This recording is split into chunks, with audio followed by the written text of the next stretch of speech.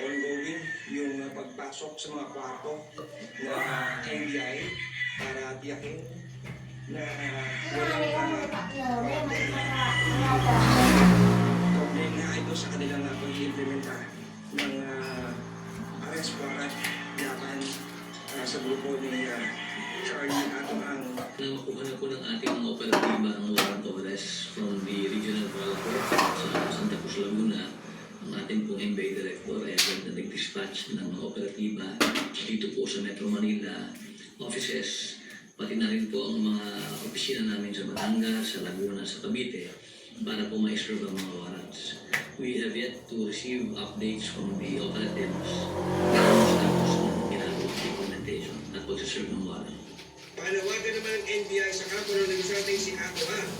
Siguro kami na mayroon namang mga abogado, si Mr. Ang at ang iba pang akusado na nagtatrabaho para sa lahat ng ginakailangan dito sa kaso na ito. Siguro pwede nilang gamitin o i-consider na option ay ang pagsuko sa NBI o kaya pwede rin naman gawin sa Philippine National Police. Emil, sa mga oras na ito, nakaalis na nga yung puwersa ng NBI, hindi pumasok dito sa loob ng farm. Subalit sa ating impormasyon nakalap, ang daming manok. naman ang 7 tao, no, mga sibilyan nito, sa puwersa ng CID. May helipad pa. Una ng hapon dito sa Lipa.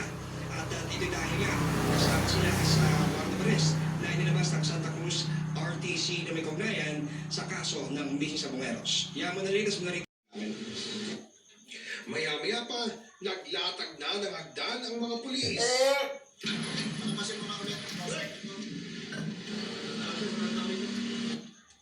Hanggang sa dumating ang isang nagpakilalang abogado ni Ang.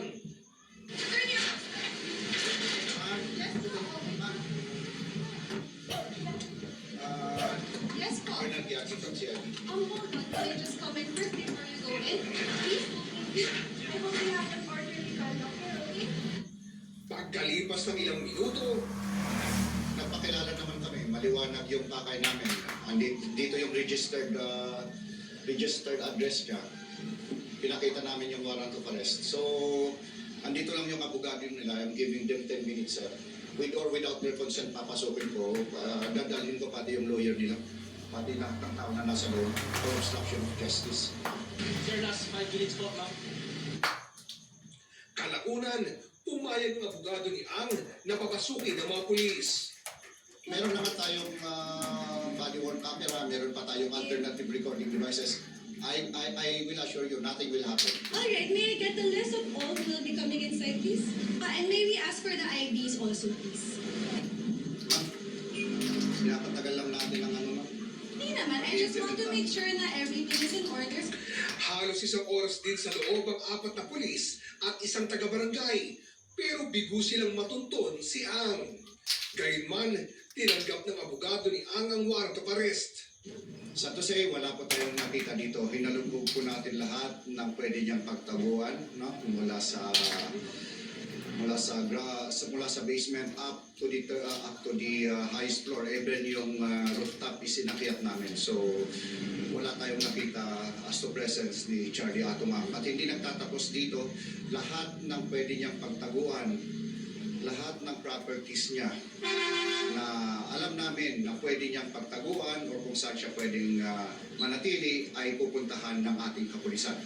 Para sa GMA Integrated News, sa pagdiriwang ang ilang kaanak ng mga nawawalang sabungero sa utos na ipaaresto si Atong A, kaugnay ng ilang kaso. Masaya kami, pero there's no reason to celebrate yet kasi as of today, hindi pa naman nakukuha natin si Atong A. It's a warrant of arrest. Magandang movie to, pero yung ultimate dyan is makukuha ba natin today. Para pa lang sa mga pagkawala ng mga sabungero sa Santa Cruz, Laguna, ang pagpapaaresto kay A at ilan pang akusado. Iba pa ang para sa kapatid ni Shardy na si John Lasco na digukot sa San Pablo, Laguna noong August 30, 2021. Nakuhanan pa sa CCTV ang pagdampot kay Lasco na master agent ng online sabong company ni A. Positibo siyang kinilala ng kanyang mga kaanak sa videong ibinahagi ng pangunahing testigo sa kaso na si Don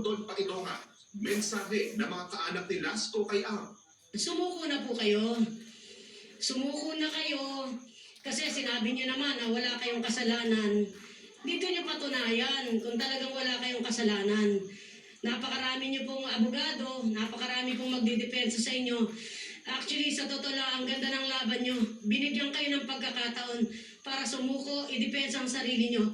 Pero yung mga kaanak namin, bigla na lang silang nawala. Wala silang pagkakataon i-depensa yung sarili nila. Pero sige lang, laban kami. Ayon naman sa kaanak ng iba pang missing sabongero, Pero kulang pa dahil ang gusto natin lahat ng sangkot mapanagot din. So, ayon dun sa testimonya ni Don Patitongan, ang gusto ng pamilya, ang gusto natin, lahat ng nandun sa pinangalanan na palis na tinatawag, ma-indict din sana. bukas inaasang harap sa media ang kaanak iba pang missing sabongeros. Sabay sabing umaasa silang mga direkta mga ipaaresto ng korte, lalo pat nagsumiti raw sila ng mga karagdagang ebidensya laban sa mga nasa likod ng missing sabongeros. Para sa GMA